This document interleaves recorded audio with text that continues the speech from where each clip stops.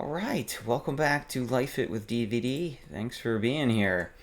Today, I wanted to talk about the truth of Arrested Development.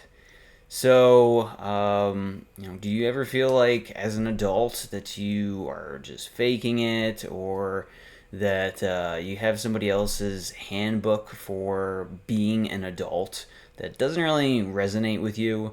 You feel like you have to pay the bills, you have your career, but on the inside, you just kind of feel dead, or reactive or insecure about things, right? You're just the feeling of being stuck, right? So that's Arrested Development.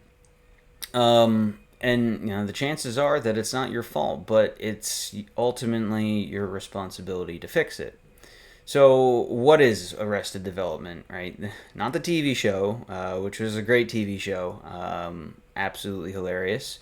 But ultimately and simply, it is just a psychological concept where a person's emotional growth gets arrested or frozen at a certain age of childhood. So you continue to age, chronologically, but parts of yourself, your emotional responses, coping mechanisms, your worldview might stay stuck at a certain age where you experienced trauma, neglect, or just kind of a proper nurturing. And often I see that come out in hobbies as well, where hobbies or certain interests aren't just interests, right? They're tied emotionally to something that had happened at a certain time.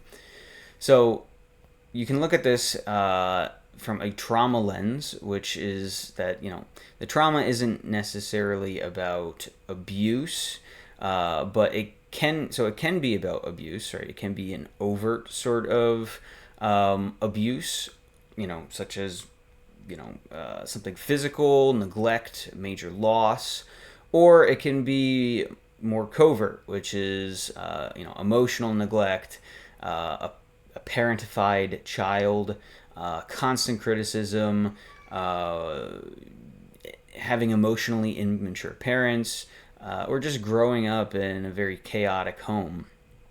So, your adult self is often reacting to the present with the emotional toolbox of, that child at that age. What are the different types of this? Because you can look at Arrested Development, look at the show, and it's funny, and frankly, a lot of people are exactly the way the show portrays them. But obviously a little bit aggrandized to that effect.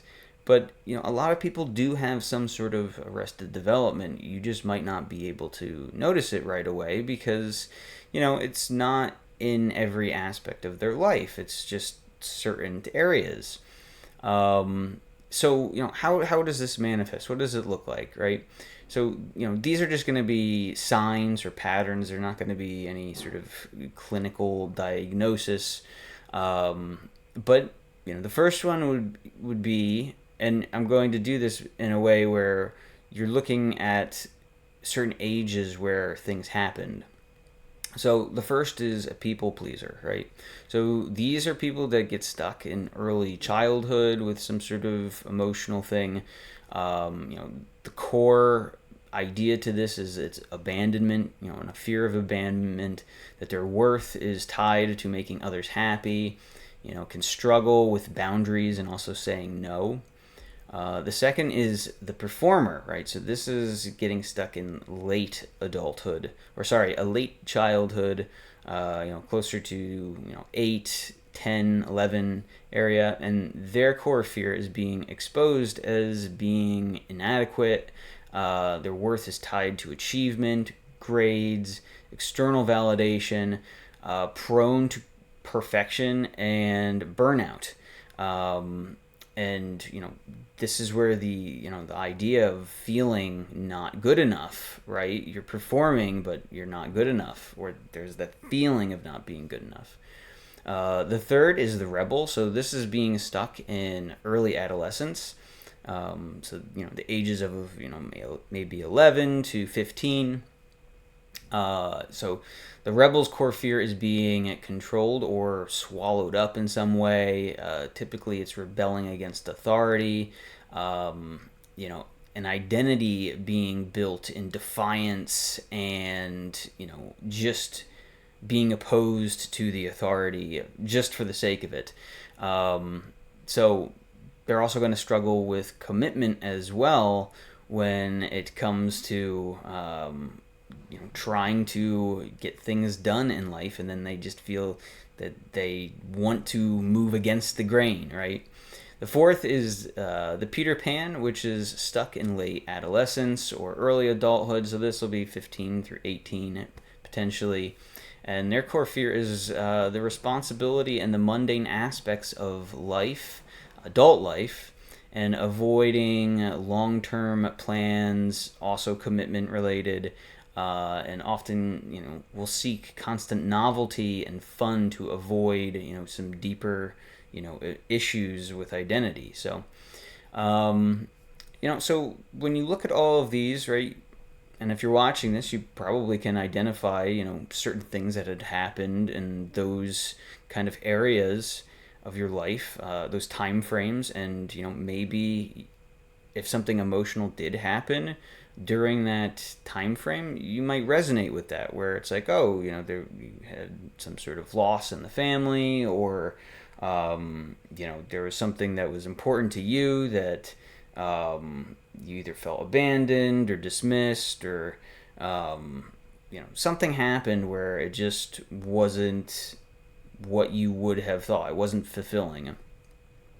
So what comes from this, right? I mean, now that we have identified it, is this a good or bad thing? So you look at this, and ultimately it's not a good or bad thing per se. It's simply what is. But the important thing to learn from this is, how can it affect you, right? So the spoiler here is that it's leaves you with a little bit of a handicap for life if you have experienced something, or you do resonate with one of those kind of areas of arrested development. So why is it a disadvantage, right? So ultimately this can sabotage new relationships, in also old relationships, right? You can attract and create dynamics that replay these childhood wounds, or that childhood dynamic or situation.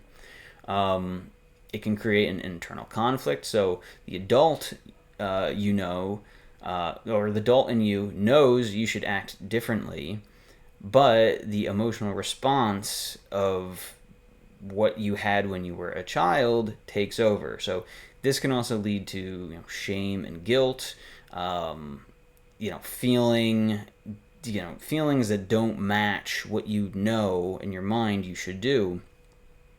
It also hinders authentic success, which might you might achieve things, but for the wrong reasons, like going down paths because you think it would make somebody else happy, or just doing it based on what you thought would make you happy at that time, but really wasn't that authentic version of you. So this is also the people pleasing, or just trying to prove your worth, and ultimately it leads to emptiness. So this childlike part of you, it isn't all bad.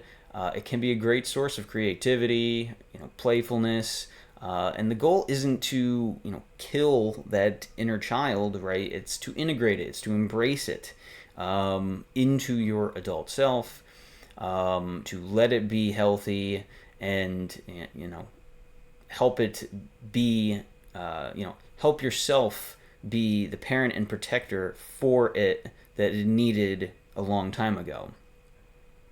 And there's lots of different ways, I've gone over them in this channel, to kind of do this, right? Just this whole self-differentiation process, You can use human design. You can use Myers-Briggs typology to help to just, figure out what is you and what is somebody else.